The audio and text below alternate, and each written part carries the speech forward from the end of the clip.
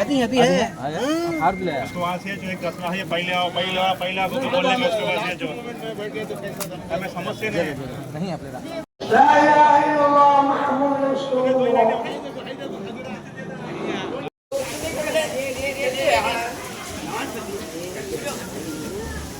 Video करना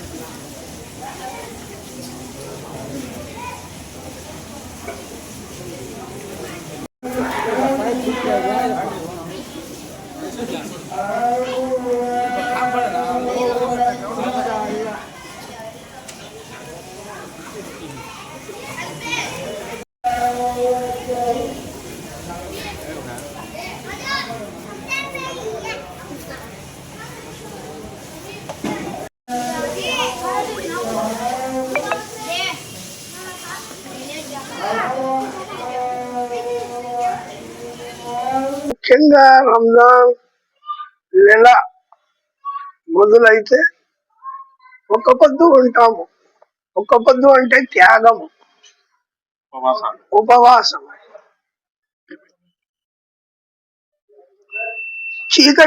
చీకట్లో నుంచి సూర్యుడు అస్తమించే వరకు ఏమి తినకుండా ఏమి తాగకుండా మేము త్యాగముతో దేవునికి వేడుకుంటాము. దేవుని యొక్క ఆచారము ప్రజలు 11 నెలలు తిని ఒక నెల నాకు త్యాగం ఇయ్యలేరా అనే అభిప్రాయంతో దేవుడు మనకు రోజా ఫరజ్ చేశాడు. ముందు సహరీ లేకుండా ఉపవాసం చేసేవారు, తర్వాత సహరీ చేసి ఒక పొద్దు ఉండడం మొదలు పెట్టారు.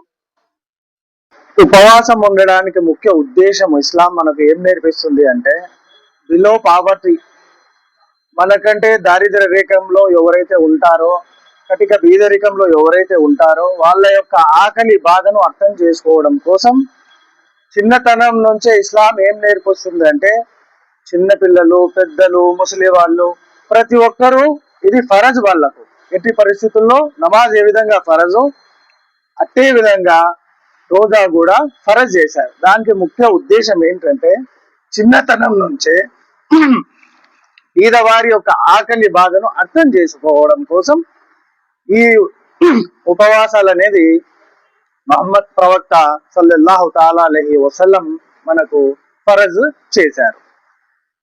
సైంటిఫికల్లీ మనకు ప్రూవ్ అయినది ఏమిటి అంటే, ఎవరైతే మాహే రంజాన్ యొక్క పవిత్ర మాసంలో ఉపవాసాలు ఎవరైతే ఉంటారో వాళ్లకు క్యాన్సర్ లాంటి రోగాలు రావు. అటులనే కండరాల నొప్పులు, దాని తర్వాత మెదడుకు సంబంధించిన వ్యాధులు ఇవేవి రావు అని సైంటిఫికల్లీ మనకు ప్రూవ్ అయినాయి. దీనితో పాటు రంజాన్ మనల్ని ముఖ్యంగా ఏం నేర్పిస్తుందంటే, జకాత్ ఇవ్వాలి. ఎందుకు ఇవ్వాలి అంటే, నా దగ్గర ఈరోజు ఎంత డబ్బు ఉన్నా సరే, నేను ఏ వాహనంలో ఎంతటి మంచి వాహనంలో వచ్చినా సరే, నేను మస్జిద్కి రానంత వరకే, ఒక్కసారి నేను లోపల వచ్చేస్తే నేను ఒక బిచ్చగాడు, ఇద్దరం సమానులే.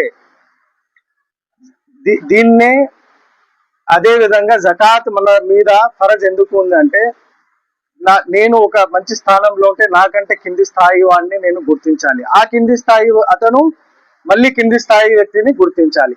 ఇదే విధంగా లాస్ట్ కు ఎవరైతే కింది స్థాయిలో ఉంటారో వారికి మనం సహాయం చేయాలనేది ఈ జకాత్ యొక్క ముఖ్య ఉద్దేశం.